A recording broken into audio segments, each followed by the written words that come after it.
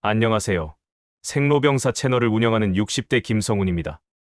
오늘은 우리가 매달 꼬박꼬박 내는 건강보험 중에서 본인 부담 상한액, 초과금을 환급 신청해서 되돌려받는 방법에 대해 말씀드리겠습니다.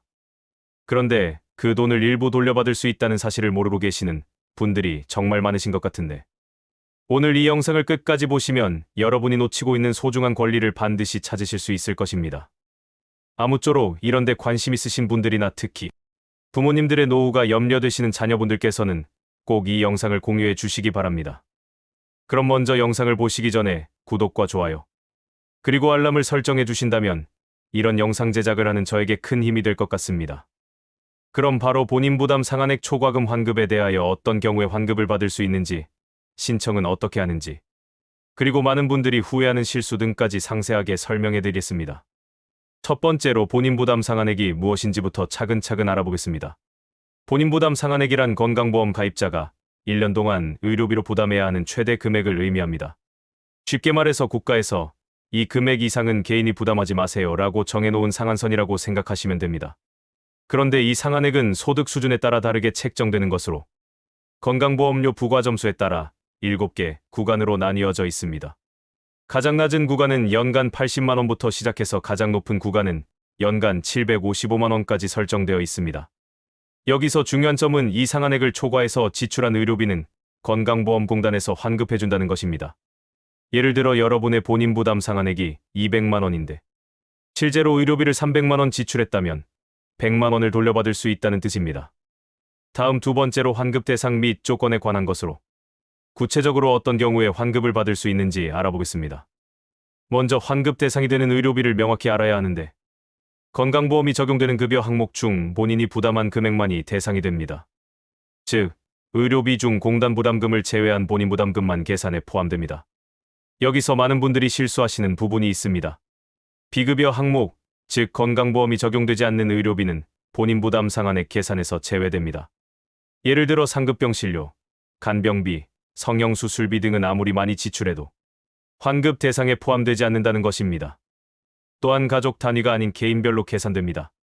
남편이 100만원, 아내가 100만원을 각각 지출했다고 해서 합쳐서 200만원으로 계산하는 것이 아니라 각각 별도로 상한액을 적용받는 것입니다.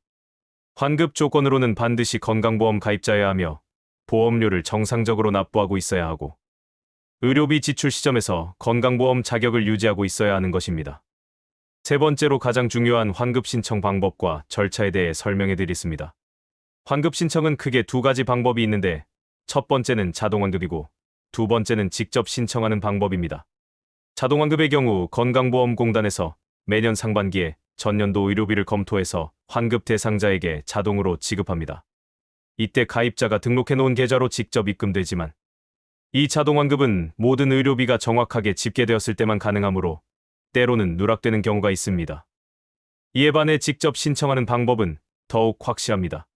건강보험 홈페이지나 모바일 앱을 통해 온라인으로 신청할 수 있으며 가까운 국민건강보험공단 지사를 방문해서 신청할 수도 있습니다. 신청할 때 필요한 서류는 신분증, 통장 사본, 그리고 의료비 영수증입니다. 온라인으로 신청하는 경우 대부분의 의료비 내역이 이미 시스템에 등록되어 있어서 별도의 서류 제출 없이도 신청이 가능합니다. 신청 기한은 의료비 지출 시점으로부터 5년으로, 즉 2020년에 지출한 의료비라면 2025년까지 신청할 수 있지만 가능한 한 빨리 신청하시는 것이 좋습니다. 다음 네 번째로 1인당 평균 환급금에 대하여 알아보겠는데, 최근 건강보험공단 발표 자료를 보면 2023년에는 201만 명에게 2조 6,278억 원이 지급되었으며 1인당 평균 약 131만 원의 혜택을 받게 되었으며 2022년에는 186만 8,545명에게 2조 4,708억 원이 지급되어 1인당 평균 132만 원의 혜택을 받게 되었습니다. 이와 같이 과거 데이터로 살펴보았을 때 2021년에는 1인당 평균 136만 원, 2019년에도 1인 평균 136만 원으로, 즉 1인당 평균 환급액은 약 130만 원에서 140만 원 정도라고 보면 되지만 이건 단순 평균치라서 실제로는 사람마다 편차가 크게 나타날 수가 있습니다. 그래서 실제 환급액 편차는 적게 받는 사람은 몇십만 원에서 100만 원까지 받고 최대 많이 받는 사람은 수백만 원에서 1000만 원 이상 됩니다. 특히 암 환자나 중증질환자, 장기 입원 환자들은 훨씬 많은 금액을 환급받을 수 있으며 반대로 가벼운 질환으로 상한액을 조금만 초과한 사람들은 적은 금액을 받게 되는 것입니다.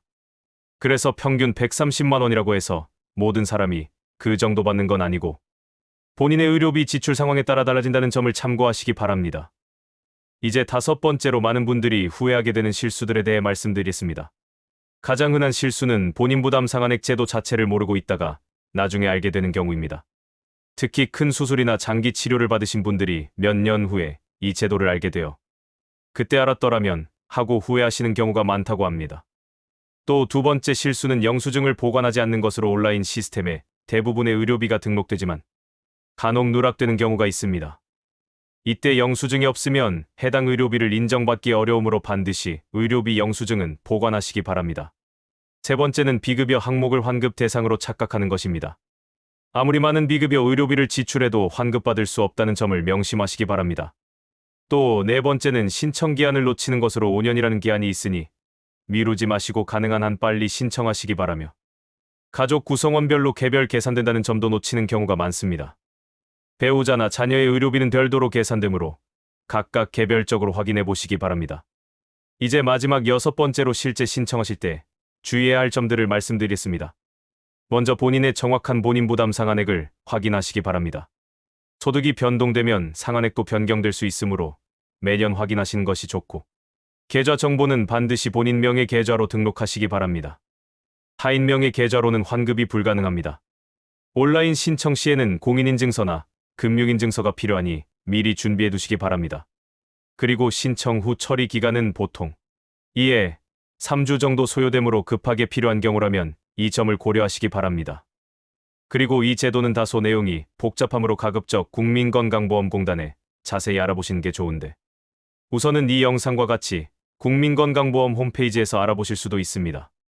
그러니까 여기에는 보시는 바와 같이 이 제도에 대한 상세한 소개와 본인 부담 상한액, 초과금에 대한 조회와 환급 신청 방법 등에 대하여 자세하게 알아보실 수가 있으며 전화로는 1577-1000, 1577-1000으로 상담하시면 됩니다. 자, 이제까지 평균 130만 원 건강보험 환급받을 수가 있다 등에 대하여 자세하게 말씀드려봤습니다. 이 제도는 국민의 의료비 부담을 덜어주기 위한 좋은 제도입니다. 하지만 많은 분들이 모르고 계시거나 신청을 미루다가 기한을 놓치는 경우가 많습니다. 여러분께서는 오늘 배우신 내용을 바탕으로 본인이나 가족이 환급 대상인지 꼭 확인해 보시기 바랍니다. 그리고 해당된다면 지체 없이 신청하시기 바랍니다. 건강한 삶을 위해 의료비는 어쩔 수 없이 지출해야 하는 비용입니다. 하지만 제도를 잘 활용하면 그 부담을 줄일 수 있습니다. 아무쪼록 여러분의 소중한 권리를 꼭 찾아가시기 바라며 오늘의 영상이 도움이 되셨다면 부모님이나 친구들에게도 공유도 해주시고 구독과 좋아요, 알람도 설정해 주시기 바랍니다. 또 다음 영상에서는 노화를 부르는 수면 습관 1위에 대하여 말씀드릴 테니 많은 시청을 바라며 그럼 오늘은 이것으로 마치도록 하겠습니다.